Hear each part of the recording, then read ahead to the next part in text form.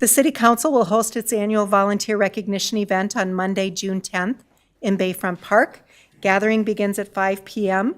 Please join us for a short program recognizing our many volunteers at 5:30 at the Charleston Thune Bandstand.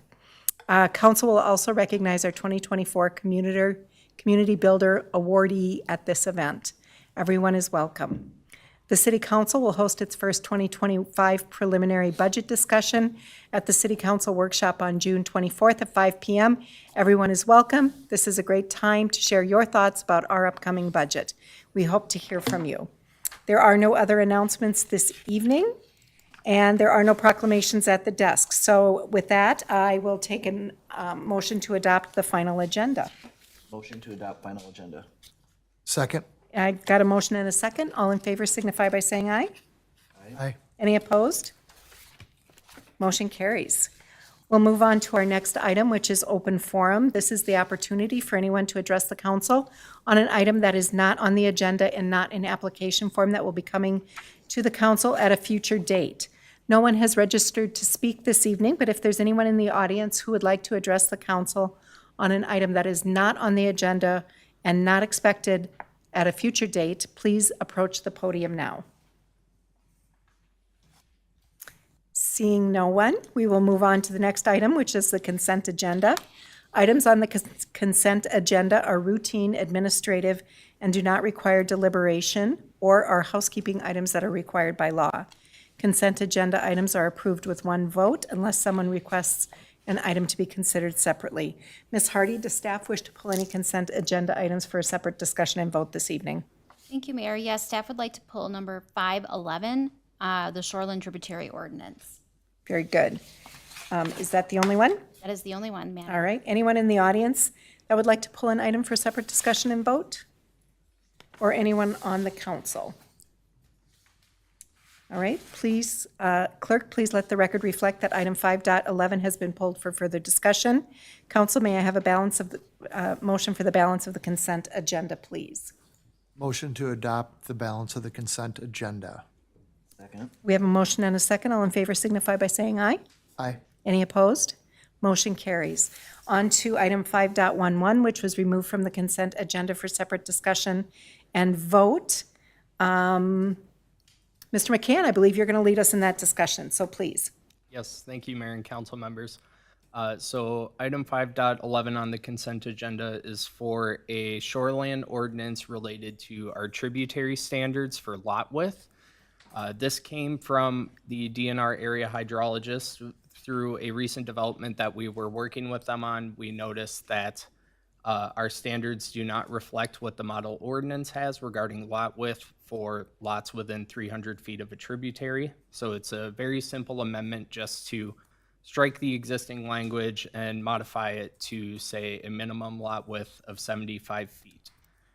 With that, we do have a summary publication resolution attached as well. That requires a supermajority of 4 council members, which we don't have this evening.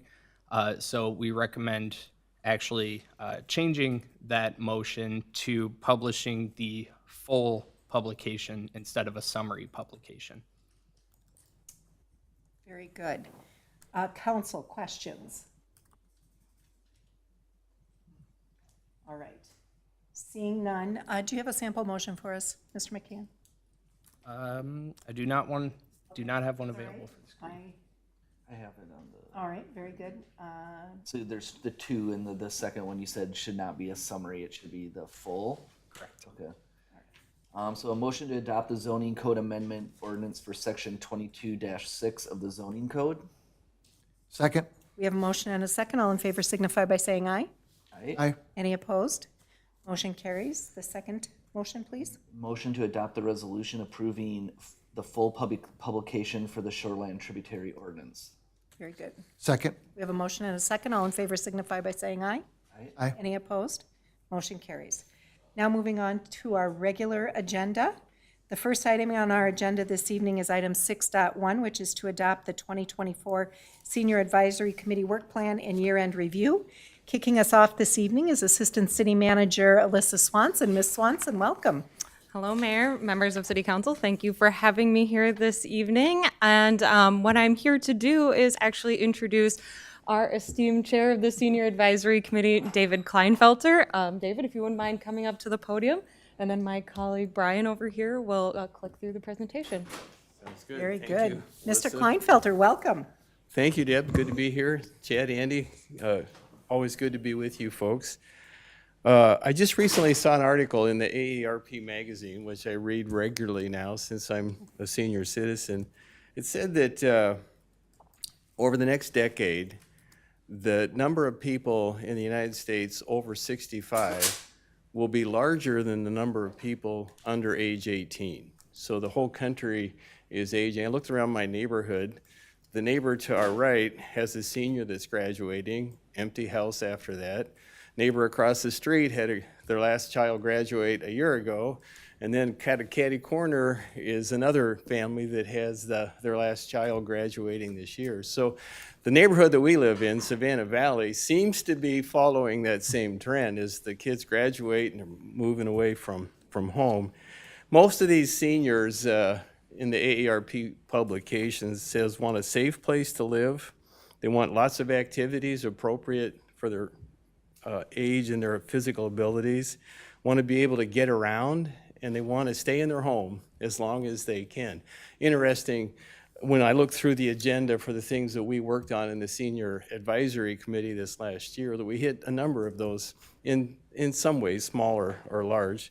So in the presentation, our number one project this year was the trail audit. We took turns walking a variety of trails that the staff identified. And I'd be remiss if I didn't. Where's Alyssa? She's She's running. Pulling double duty tonight, what a yeah. good job she does of keeping us organized and on track and busy and following through with all the different projects. So she helped us identify the trails. We walked them, did the audit, and now it's kind of in staff hands for the next phase of this, which is to start doing signage and things like that. So it's a good project that we've been working on. Next item was the Senior Resource Guide. We started this a couple years ago, and each year we update it. This year we realized we had skipped vision services, so that was a new addition. It's a resource guide that tells seniors or other people where you can go for help with a variety of topics. So we keep updating it, and if you just glance through it, it's kind of amazing how many different programs there are in our county and in our state for seniors. The third item was, after the Senior Resource Guide, Downtown West Project. A lot of discussion about how that would impact some of the priorities for seniors and how that project might evolve. So we had good discussions and looking forward to sharing other ideas about that. Parks and Rec brochure, we got, again, through Alyssa's good services, a section added for senior citizens. So if you go to the Park and Rec brochure, you'll see a section there that's more age appropriate for folks like me. And then finally, we participated in the Carver County Senior Commission. It was an eye-opener for me when I attended to meet people from the other senior committees or commissions around the county. In fact, several of us are interested in visiting some of the other county facilities devoted to seniors, like Chaska, Waconia, Chanhassen, and so forth, because we met people that work in those places or participate, and we'd like to know more about what they do, how they do it, what their facilities look like, and the kind of programs that they run. So that's a quick rundown of what we worked on this past year. Coming up, want to continue to look for ways to identify and promote programs for 55 plus. And again, as we visit with some of our counterparts in other communities, we hope to get some ideas for that. Continue to think about ways we can use the rec center to help senior citizens. And then, of course, the Downtown West project. I'm particularly interested in the rec center and the Downtown West project because I think that there's a growing need for facilities and services devoted to seniors. And now's a good time for us with some of those changes coming to be thinking about how we position Victoria to be well prepped and ready to serve those senior citizens. So that's questions, Very comments? good. Thank you so much for that report. We are in agreement with you. We are looking for those opportunities where we can expand those services to our residents. That, you know, that senior population is super important to us here in Victoria, and we want to make sure that they've got a place to stay and be at home here in Victoria for as long as they'd like. Council, questions, comments? Just a comment, I think awareness is huge, and you touched on it. Awareness, so people know what's out there and what's available to them. That's very important, and you touched on it, so that's great. Always looking for ways to communicate that and let people know. Yeah. You guys are doing great work. We appreciate it very much. Thank you. It's a good Thank you, group to Mr. be part Kleinfelder. of. Have a good one. Yeah, same to you. All right, that was informational only, so we don't need any action on that. The next item is item 6.2, which is to adopt the that was informational only, wasn't it? Or do we need to adopt it? Okay. Now- Actually, Mayor, I take that back. It was part informational and part we need you to take action to adopt the 2024 work plan. Okay, very good. At this point then, council, I will take a motion to adopt the 2024 Senior Advisory Committee Work Plan. Motion to adopt the 2024 Senior Advisory Work Plan? Second? We have a motion and a second. All in favor signify by saying aye. Aye. Any opposed? Motion carries. The next item is the 2024 Park and Rec Committee Work Plan. Kicking us off there again is Alyssa Swanson. Ms. Swanson, welcome back. Hello, Mayor. Again, Mayor, City Council. Now I get to introduce our Vice Chair of the Parks and Recreation Committee, Mary Larson. Mary, if you wouldn't mind stepping up to the podium, we'd love to hear about the Parks and Recreation Committee and their work plan. Very good. Welcome, Ms. Larson. How are you this Hi. evening? Thank you. Thank you, Mayor. Thank you, council members. I am pinch hitting for our chair, Larry Schultz, tonight. So here we go. So I'll start out with a recap. First thing we did was we sat back and we tried to identify what's the future. What are we trying to do in this next year? 2023 was a year of transition for Parks and Rec. As you know, we had a change in leadership, and we just now have recently hired our new Park and Rec director, which we are so excited about. But we took the opportunity in 2023 to meet individually with the staff and each committee member just to get feedback, and I personally found that very, very helpful. And then throughout the rest of the year, we identified the committee focus for 2024 and also for the future years.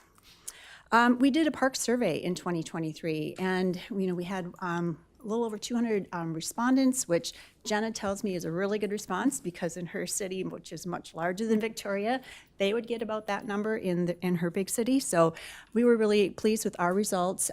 We dug into those, staff dug into those, the committee dug into those, and tried to look for themes.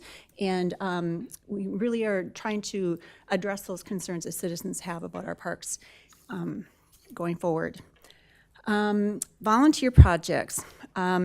We recommended a couple of Eagle Scout projects in the past few months. I love seeing the Eagle Scouts come to the city and bring their service, giving back to the community. There were two projects that we approved this year, or recommended approval. One was a Gaga Ball pit at Rhapsody Park. I love this project. I knew nothing about Gaga Ball until I had to Google it. This is a great activity to put in a park that gets to an age group that we're always looking for activities, kind of the 10 to 12, 13-year-olds. Not a lot of things to do for them in the park. So a really good activity for that age group. And then a new one that we just recommended approval at our last meeting, which is an Eagle Scout project to add additional garden plots at Holy Family. I'm really excited about this as well because, as you know, we have a wait list for our community gardens. So I'm really excited about the add of those garden spots. And then development review is something that's always ongoing. Last year, we reviewed the proposed Victoria South and the Hometown Bank commercial development sketch plat. So looking forward to 2024 work plan, we have 4 focus areas. The first is the Victoria Rec Center. We know that the school district will be, their lease on the space there will be expiring in 2032, so it's a good time to be looking at that space. We just spent our meeting last week working with staff on preparing a survey to go out to community members to ask them again, what what do you like about the community center? What don't you like? Just really hone in on some more key information, getting community feedback about the Victoria Rec Center. And then we will also be participating in future planning sessions on the business planning of the Victoria Rec Center, which I'm personally really excited about. Focus area 2 is public engagement for park projects. You know, we do ask for public comments about parks when we're replacing one, when we're doing new parks, but we really want to pause and say, what have we been doing? What has been our process? What should we be doing? What's working? What's not working? What are other cities doing? And having Jenna coming on board, I think, is another good opportunity to get some input from, you know, what she has seen in the city she was in. So I'm really excited about that work goal as well. Number 3 is called Moments of Delight, which is Alyssa's little title of this area. Really looking at 2 things. One is looking at our underutilized spaces. So we know we have areas in our park system that are not utilized to its full extent. And a couple of the places that we discussed in our meetings was Church Lake Park, Goodman Park, Salters, and then Allegheny. So just a few of them. Looking at our unutilized spaces and just taking a deeper dive into what can we do differently in those spaces. How can we market those differently? Maybe better signage, whatever it is, just to utilize all of our spaces to their maximum potential. And then again, addressing our city's trail gap priorities. I've been on this committee for 5 years now. This is my 6th year.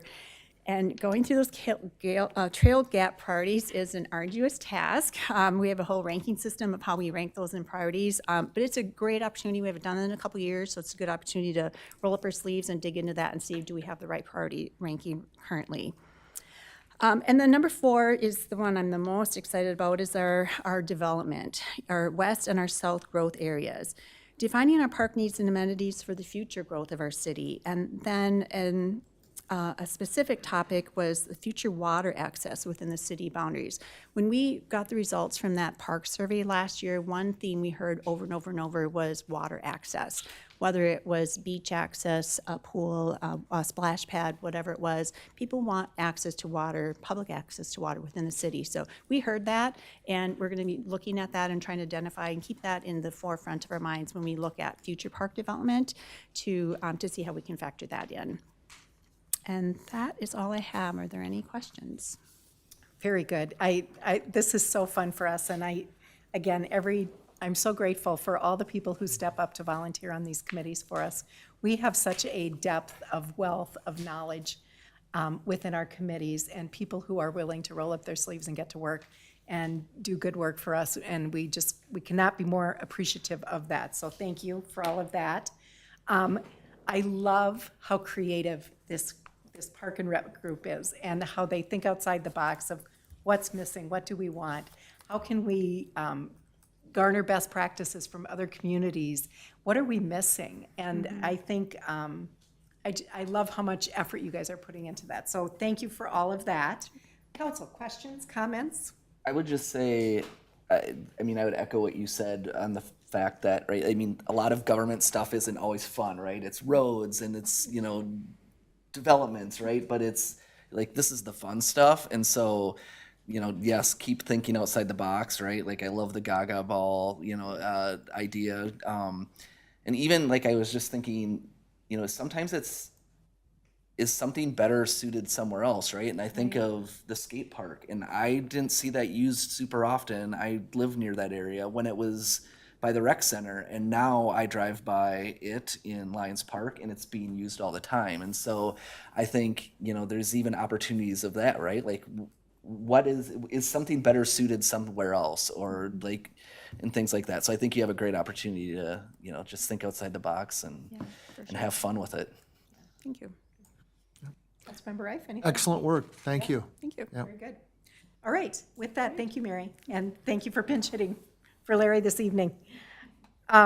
So with that, Council, I will take a motion to adopt the 2024 Park and Rec Committee Work Plan. Motion to adopt the 2024 Park and Rec work plan?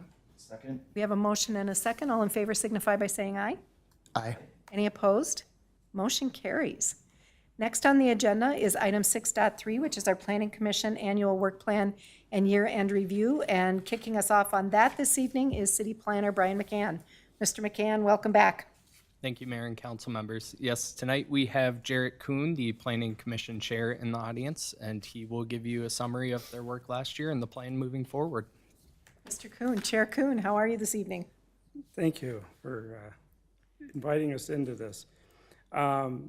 Last year, we did a lot of work, worked on 10 public hearings.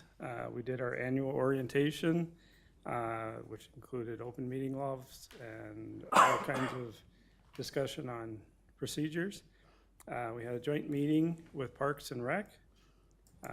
We did 26 land application reviews, including 6 ordinances. We approved multifamily projects in Amera and Roars, and 2 residential projects with Hunters Brook and Hunters Brook Creekside and Hunters Glen. Just looking forward to 2024, we'll continue to hold public hearings, review land use applications, reviews ordinances for signs, commercial zoning, and any other ordinances that may arise to come up.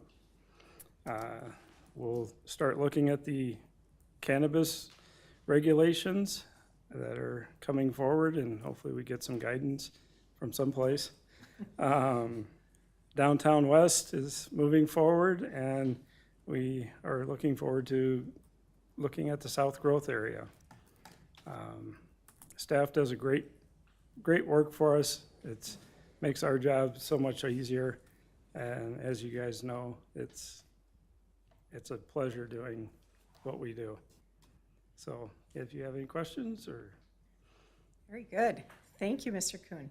Yeah, a lot of heavy lifting by the Planning Commission. And, you know, this list is a little startling how much is going on in the city of Victoria. So lots of stuff happening all the time. The Planning Commission does all our heavy lifting around the regulatory, all the regulations that need to be met in order to get these developments approved and houses built and families moved into them. So thank you very much for your good hard work on that. Council, questions? Thank you. Thank you very much. Very good. All right, with that, I will entertain a motion. Motion to approve the 2024 Planning Commission Work Plan. Second? We have a motion and a second. All in favor signify by saying aye. Aye. Any opposed? Motion carries. All right, next item on the agenda, item 6.4, is consideration of a final plat, final PUD rezoning, and comprehensive plan amendment for Huntersbury Creekside 3rd Edition. Mr. McCann, this too is your item this evening, so please. Thank you, Mayor and council members. Tonight, we have a final plat request along with a planned unit development rezoning and a comprehensive plan amendment request for Hunters Brook Creekside 3rd Edition. As you all are aware, our major platting process has 3 stages, the first being sketch plat, then following with preliminary plat and final plat, where everything is done, including the final details of the development, finalization of the development agreement, etc. So looking back at Hunters Brook Creekside and this process of how we got here, this all stemmed from the Hunters Brook development back in 2020, which initially had its sketch plat review then. Since then, this site specifically has evolved into Hunters Brook Creekside, which included a revised preliminary plat review back in October of 2023, with the 1st edition final approval also occurring in 2023. And then recently, the City Council reviewed the 2nd edition approval back in February of this year, and the 3rd edition is being proposed for tonight. So the site that is currently proposed for Hunters Brook Creekside 3rd Edition is a vacant wooden parcel that also includes a portion of the West Chaska Creek on the north side of the site. You can see it outlined with the blue line. There's also grading and tree clearing currently ongoing, so if you've driven along Creekside Lane recently, you'll notice that a number of trees were taken down. This was part of the grading agreement that was approved by the city council earlier this month. So the final plat, they are proposing to rezone it to PUD. It's currently zoned PUD with the Huntersbrook development though, so that PUD amendment tonight will require changing it from Huntersbrook standards to Huntersbrook Creekside standards for these larger executive lots. But they are proposing 10 single-family residential units with 2 private drives, so 5 units on each private drive. That's one of the PUD deviations that they are looking at this evening. The total site is a little over 21 acres, but they're only disturbing 6.38 acres. So when we're looking at density, we're really looking at what's being preserved because there's a lot of tree preservation that's occurring with this development on the property. So we're only looking at 10 lots over those 6.38 disturbed acres, resulting in just over 1.5 units per acre. As you're aware, our low-density residential guidance is a minimum of 2.25. So this development does not meet our low-density residential guidance.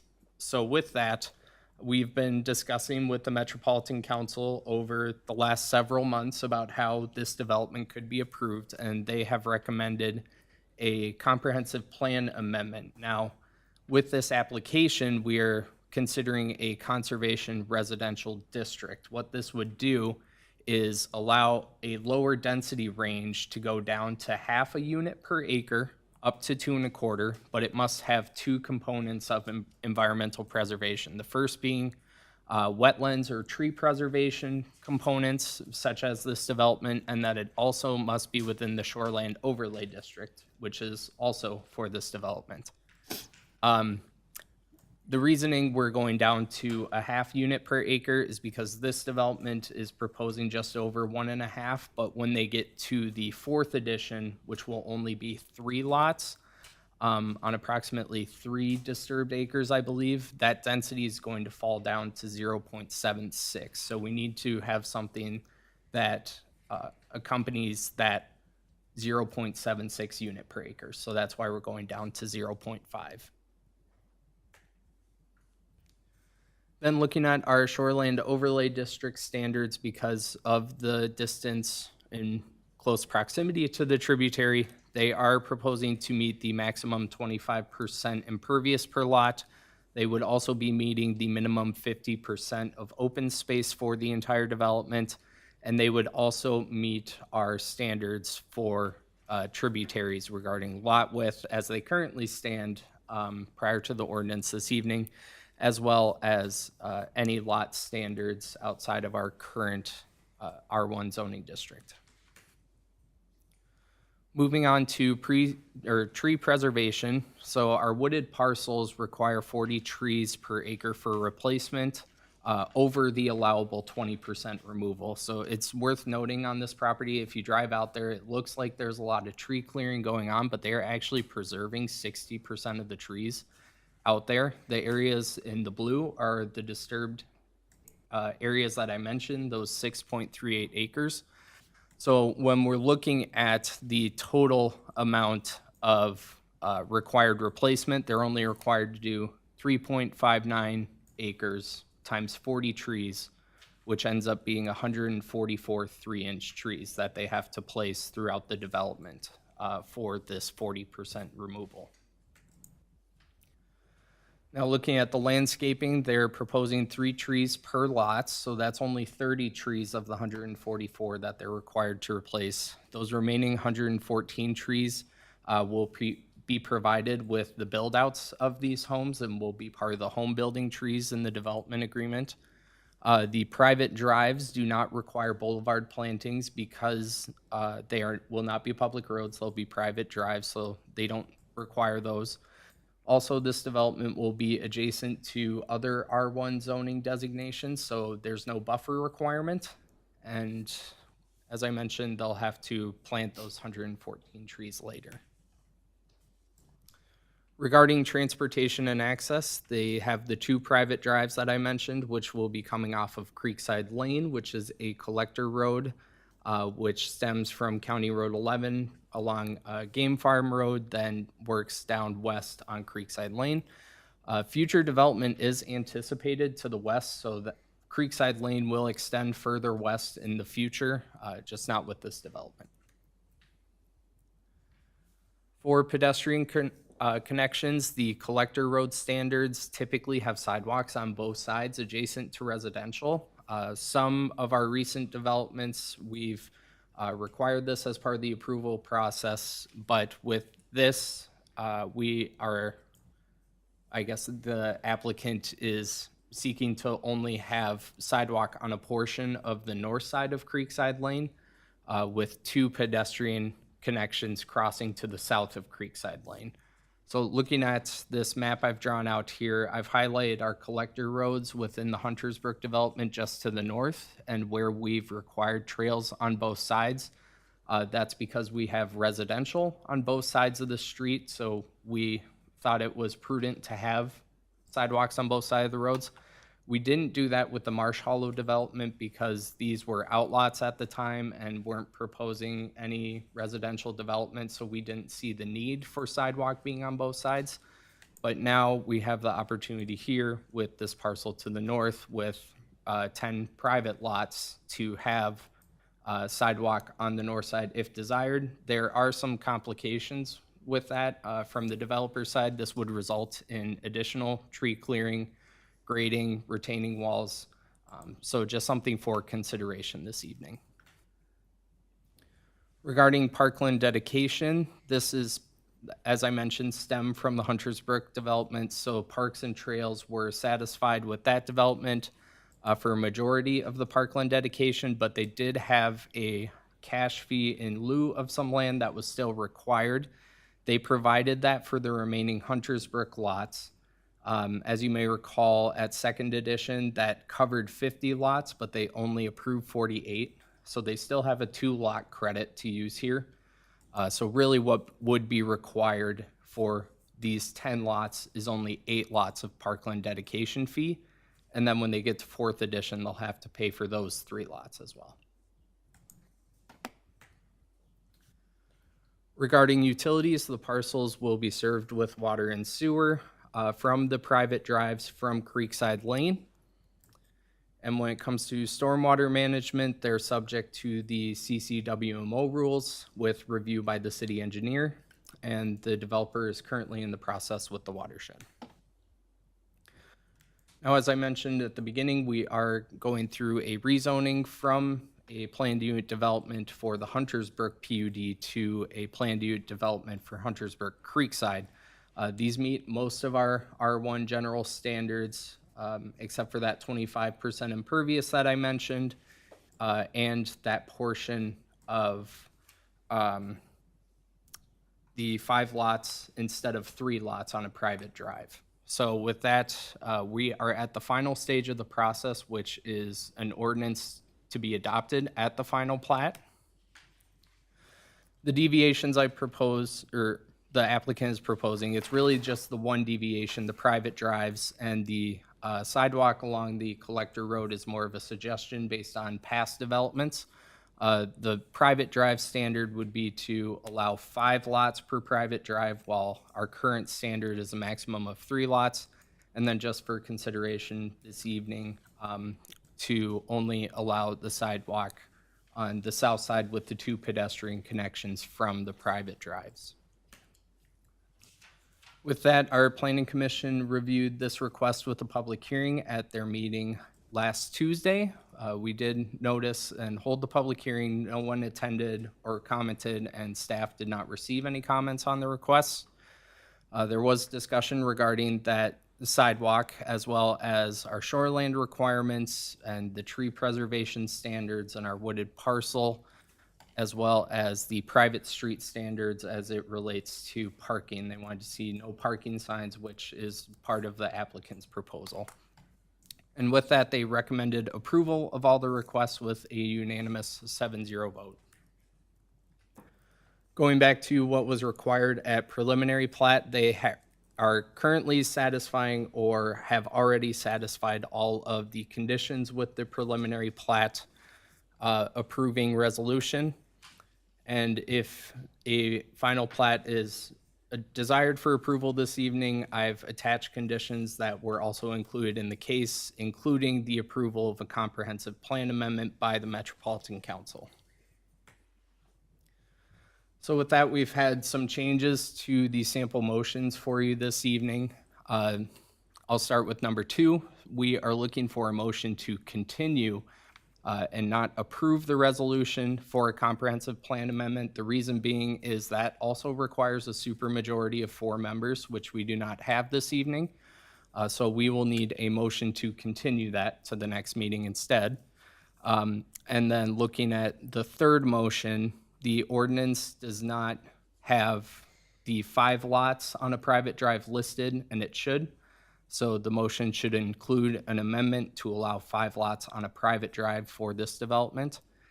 And then the fourth item, we go back to, again, we don't have a supermajority, so we can't approve a summary publication. Now, we've spoken with the development team about this, and they are willing to pay for the full publication of the ordinance in the newspaper instead of a summary publication. With that, staff can stand for questions, and the applicant is in the audience this evening. Very good. All right, thank you so much for that, Mr. McCann. Can you go back to slide 12? I want to take a look at that sidewalk again. Okay, so can you walk me through this property that we're talking about is to the north of, right there, and we have sidewalk on the south side, and rather than both sides. Is there crosswalks planned for getting to this trail from that development?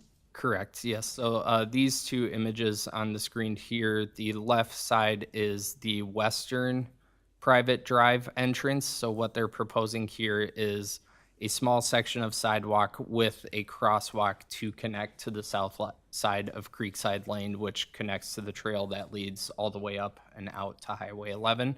And then on the east side of the development site, they would be doing something similar, but a portion of sidewalk moving west with the crosswalk again to the south. So both private drives will be able to cross Creekside Lane and connect to that trail to the south. Very good. Okay, terrific. All right.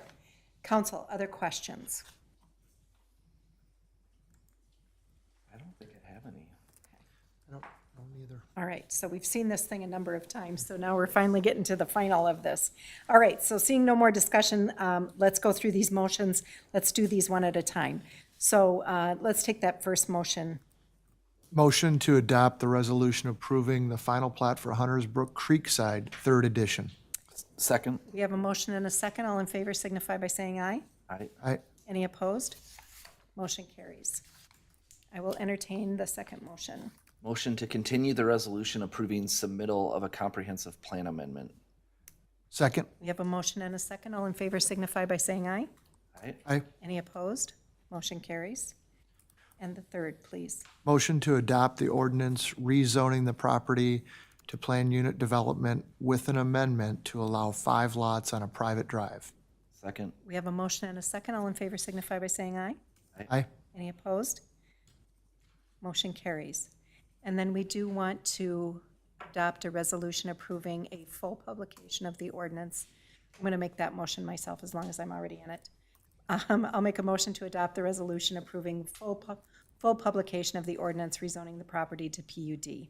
Second. We have a motion and a second. All in favor signify by saying aye. Aye. Any opposed? Motion carries. All right. With that, there are no additional items on our regular agenda this evening, so we'll move on to reports and emerging issues. Attorney Michael, anything from you this evening? Thank you, Mayor. I have no report. All right, thank you. Ms. Hardy, anything from staff? Nothing from staff, Madam Mayor. All right, anything from the council this evening?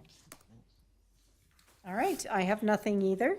So there are no more items to come before the body this evening, so I will ask for a motion to adjourn. Motion to adjourn? Second. We have a motion and a second. All in favor signify by saying aye. Aye. Aye. Any opposed? Motion carries. We stand adjourned.